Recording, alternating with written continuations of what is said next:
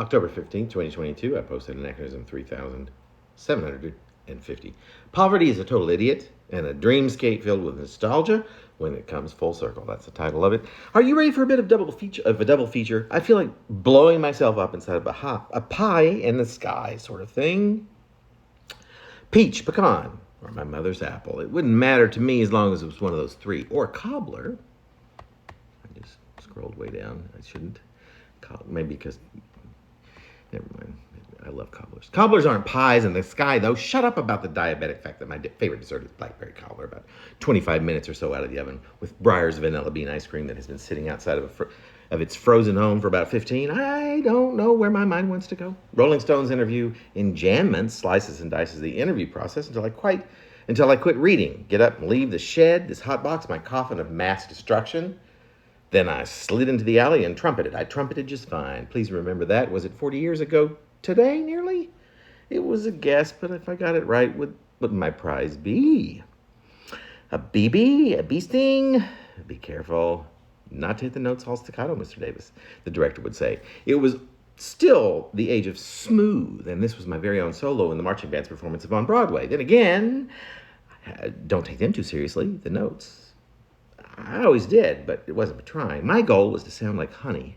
And while everyone else in the band was standing stock still, holding out beneath that bird's eye fermata, while I got my little 20-second cadenza, my improvisatory spotlight, how was I to know what to do or how to handle such things? I just wung it, as they say. And sure enough, my takata was all sugar lips rather than Chuck Mangione. The syncopated bubbles I blew into the dull silver mouthpiece slid into a trumpet full of honey.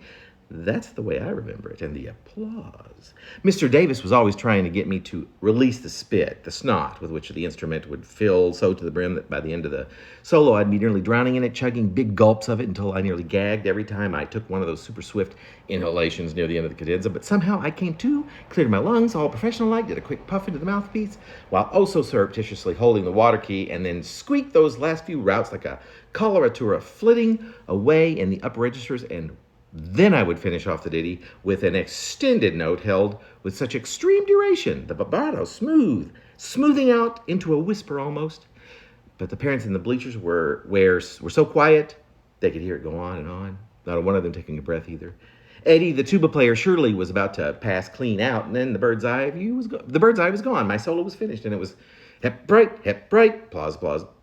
applause, if lucky, into which formation for whatever song came next. Probably Thank God I'm a Country Boy, in which I'd switch instruments because it was a percussion interlude wherein I'd have a duet on the glockenspiel with Amy, the conductor, who was our class valedictorian and played the piano much better than I did. In fact, of which I was always reminded as she'd sub for the organist at our church 60% of the time for those 3 or 4 years before high school graduation, aka The Great Escape. She played the much sexier marimba.